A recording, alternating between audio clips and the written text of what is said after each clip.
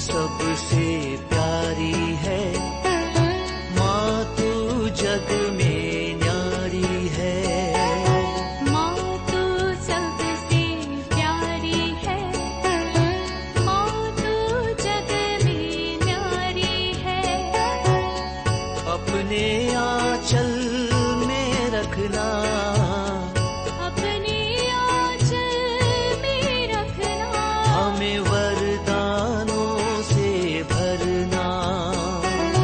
माँ तू सबसे प्यारी है, माँ तू जग में न्यारी है। माँ तू सबसे प्यारी है, माँ तू जग में न्यारी है। पिता, पुत्र और पवित्र आत्मा के नाम पर आमीन। आप सबों को जय यीशु। आज हम लोग 10 आज्ञा में 8वीं आज्ञा, झूठी गवाही नहीं देना, इस पर मनन चिंतन करेंगे। हमें मालूम है निर्गमन ग्रंथ अध्याय 20 वाक्य 16 एवं विधिवरण ग्रंथ अध्याय 5 का 20 में ईश्वर ने मूसा नबी को 10 आज्ञा देते हुए 8वें नियम के रूप में झूठी गवाही नहीं देने का आदेश दिया, क्योंकि झूठ जो ईमानदारी, जो ईश्वरीय गुण है, पवित्र आत्मा का वरदान है, उसका विरुद्ध पाप है। इस पाप से दूर रहने के लिए प्रभु हमें सिखाते हैं। मत्ती का सुसमाचार उसके अध्याय 5 वाक्य 33 के अंदर ईसा मसीह ने अपने पहाड़ी संदेश में इस बात पर जोर डाला। वहां लिखा है, तुम लोगों ने यह भी सुना है कि पूर्वजों से कहा गया, झूठी शब्द मत गाओ। 8वें नियम के अनुसार झूठी शब्द गाना पाप है। प्रभु के सामने खाई हुई शब्द पूरा करना भी है। यदि हमने कुछ वादा किया है, कुछ मन्नत लिया है, या कुछ प्रार्थना करने का कुछ निर्णय किया है, इसको पूरा करना जरूरी है। यदि हम जो प्रभु के सामने निर्णय किया उसको पूरा नहीं करता है, पाप करता है। हमें मालूम है प्रेरित चरित्र उसके अध्याय 5 के अंदर एक दंपति अपना धन संपत्ति पूरा बेच डाला। इसके बाद शिष्यों के पास लेकर के आते हैं और उन लोगों ने क्या किया, दूसरों के सामने, शिष्यों के सामने दिखावा के रूप में ये बताया, हमने जो हमारा पूरा धन संपत्ति सब बेच डाला और उसका पैसा पूरा हम शिष्यों के चरणों में रख रहा है। वहां पर अननियास और सफीरा ने क्या किया, अपने लिए कुछ भाग हटाकर रखा। ईश्वर का नजर में कितना बड़ा पाप है।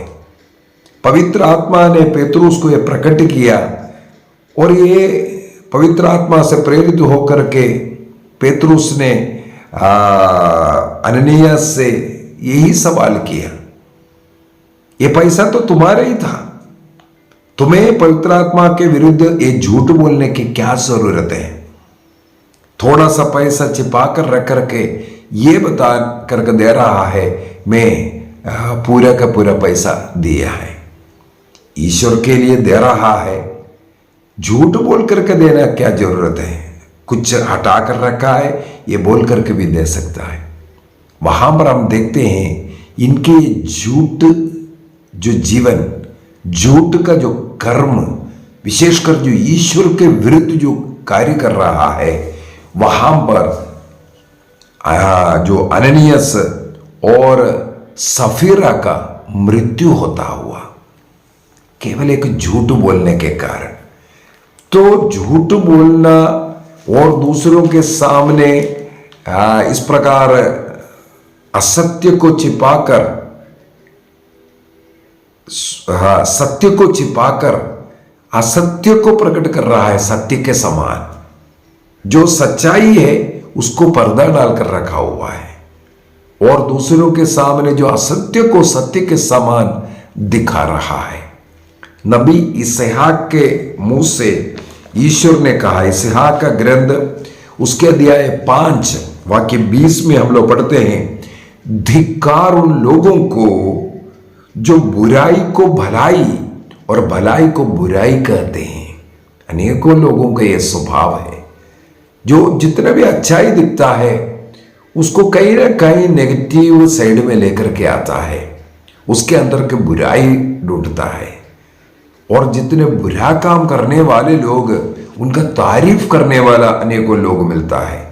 ये सही है, ये आदमी सही है, उनका जय जयकार करने वाला, उनका नाम पुकार करके अन्य लोगों के सामने उसको अच्छा महिमा करने वाला, कुछ चापलूसी करने वाले लोग, ये सब पाप का जीवन है, असत्य का जीवन है।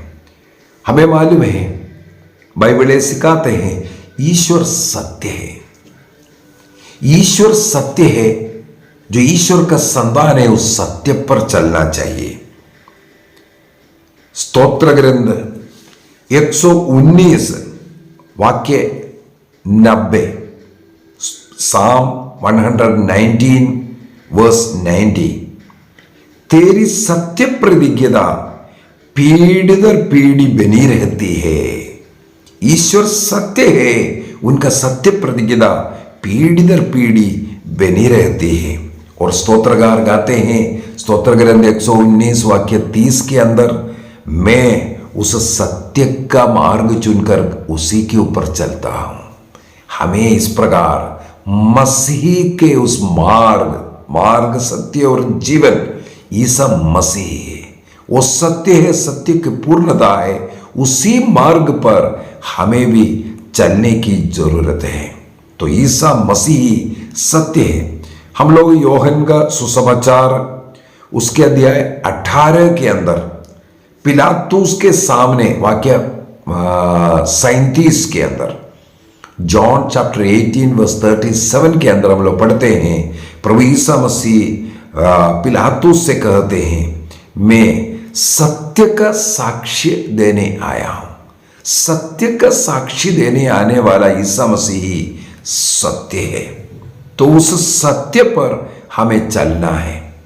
योहन का पहला पत्र दिया 1 वाक्य 6 में, यदि हम ईसाई लोग अंधकार में भटकता है, असत्य के राह में शैतान के पीछे भटकता है, तो हमारे अंदर कभी सत्य नहीं रहेगा, ये बताते हैं।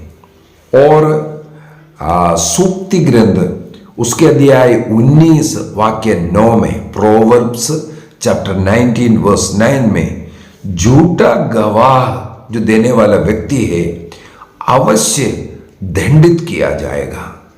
झूठ बोलना, झूठी गवाही देना, उन्हें जरूर ईश्वर की ओर से दंड मिलता है, क्योंकि वह एक पाप है।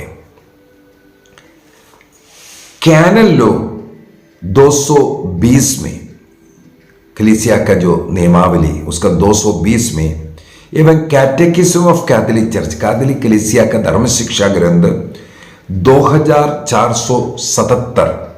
2477 में यह लिखा हुआ है, अन्य लोगों के जो अच्छे नाम हैं उसको कलंकित करने वाला कोई मनोभाव या कोई बातचीत आपकी ओर से नहीं होना, वो पाप है।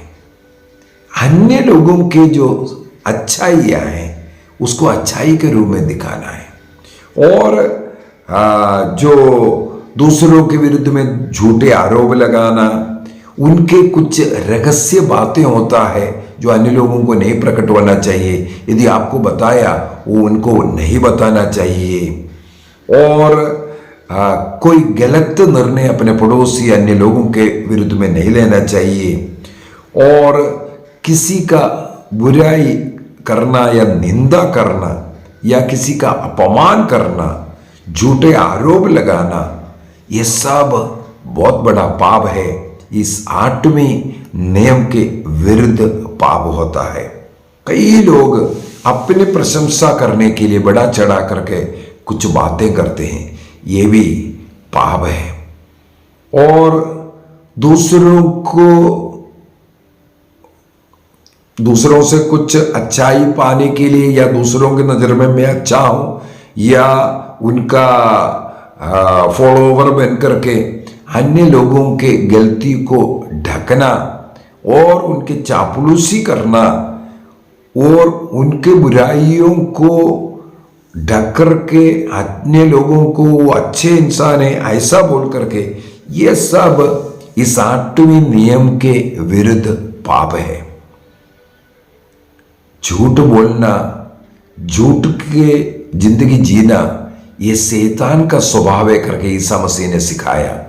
योहन का सुसमाचार उसके अध्याय 8 वाक्य 44 में प्रभु ने कहा, तुम अपने पिता शैतान की इच्छा के अनुसार चलता है, क्योंकि वो प्रारंभ से झूठा है, उसमें कोई सत्य नहीं है। इसलिए सत्य ईश्वर है, उसका विरुद्ध है ये झूठ बोलने वाला शैतान। कैटेकिज्म ऑफ कैथोलिक चर्च 2488 2488 में सत्य ही बोलना चाहिए, इसका ये मतलब नहीं है जहां सत्य बोलने से आपके भाई को कुछ दोष कुछ ठेस पहुंचेगा, वहां सत्य बोलना भी जरूरी नहीं है। सत्य ही बोलना है, इसका ये मतलब नहीं है हर सत्य को तुम चिल्ला करके बोलते रहो। यदि वो सत्य किसी को हानि पहुंचाता है, किसी को कष्ट पहुंचाता है, वहां पर मौन भी रहना है। इसका ये मतलब नहीं है कोई गुनाहगार, कोई गलती करने वाला व्यक्ति का गुनाह को, गलती को, वो गलती दूसरों को दोष देता है, कष्ट देता है, उनको नष्ट पहुंचाता है। इसलिए ऐसे सत्य को, जो गलतियों को ढकना, उसको ना बोलना, ये भी पाप है। सत्य ही बोलना है, लेकिन हर जगह पर सत्य बोलना जरूरी नहीं। लेकिन किसी व्यक्ति का जो गलत कर्म को मालूम है, लेकिन उस सत्य को ना प्रकट करना, क्योंकि उनके गलती के कारण किसी को ठेस पहुंचा, किसी को नुकसान पहुंचा है, वो वहां पर बोलना भी जरूरी है।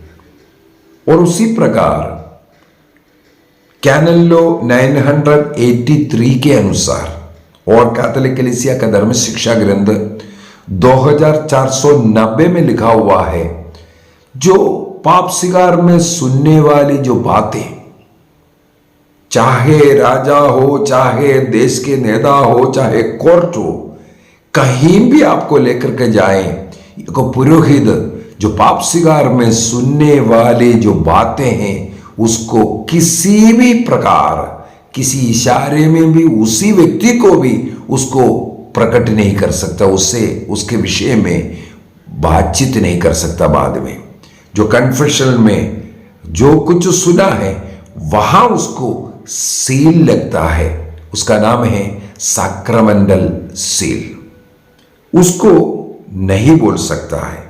कैनन लॉ 983 के द्वारा पुरोहितों को ये शक्ति से मना किया हुआ है। और उसी प्रकार कैथोलिक कलीसिया का धर्म शिक्षा ग्रंथ 2491 में लिखा है, जो ऑफिशियल सीक्रेट्स जो होता है, विशेषकर जो सेना में काम करते हैं, सरकारी नौकरी करते हैं या अन्य ऐसे जगहों पर काम करते हैं, जो आप काम करने वाले जगह पर हो सकता है उनका कुछ सीक्रेट्स है, हो सकता है उनका निर्माण कार्य का कुछ सीक्रेट है, केवल उनको जानना चाहिए। उन सीक्रेट्स को दूसरों को बताना, देश के रहस्यों को दूसरों को बताना, या हम जो काम कर रहे हैं वहां का रहस्यों को दूसरों को बताना, ये भी एक बहुत बड़ा पाप है। और कुछ गुप्त लेटर्स होता है, सील लगा हुआ या कॉन्फिडेंशियल लेटर्स, उसके अंदर क्या लिखा हुआ है ये पढ़ने के बाद दूसरों को बताना, यह सब पाप है। यह सब झूठी गवाही के जो 8वां नियम है, इसके अंदर आता है। आइए हम अपने अंतःकरण की जांच करें। कहीं हम भी बार बार झूठ बोलने वाला, झूठी गवाही बोलने वाला या बुरी बातें बोलने वाला, दूसरों की निंदा करने वाला, हमेशा नेगेटिव बातें बोलने वाला कैसे स्वभाव का है। दूसरों को चुगली करना, हमेशा एक घर दूसरा घर जा करके अन्य लोगों के बारे में बता करके रहना, अन्य लोगों के जो कमियां हैं कुछ भी हो उसको फैलाना, जिसको मालूम नहीं है उनके बीच में फैलाना। कुछ ऐसे लोग भी है प्रार्थना प्रदर फैलाने के लिए प्रार्थना करना, वो ऐसा ऐसा ऐसा हो गया ऐसा बोल करके, उनका लक्ष्य प्रार्थना नहीं, वो हमें बताना, दूसरों को बताना, इस व्यक्ति के लिए प्रार्थना करना, वो ऐसा कर रहा है वैसा कर रहा है, मतलब उनके कमियों को फैलाना, दूसरों तक पहुंचाना। ऐसा 10 लोगों को बोले बगैर कई लोगों को नींद ही नहीं आता है। ये सब बहुत बड़ा पाप है। हमें इस 40 काल में ऐसे स्वभाव से मुक्ति प्राप्त करना, ऐसे स्वभाव को उतार फेंक करके प्रभु ईसा मसीह का स्वभाव को धारण करना है। आइए आंखें बंद करें, प्रभु से प्रार्थना करें, हमारे ऐसे स्वभाव से हमें मुक्ति देने के लिए प्रभु से प्रार्थना करें। सत्य का, ईमानदारी का जीवन जीने का निर्णय करें। बातचीत में ईमानदारी, प्रार्थना में ईमानदारी, देखने सुनने बोलने में ईमानदारी, हमारे कर्मों में कामों में ईमानदारी, हर जगह पर सत्य का, ईमानदारी का जीवन जीने का निर्णय करें। पवित्र आत्मा के एक बहुत बड़ा वरदान है ये ईमानदारी।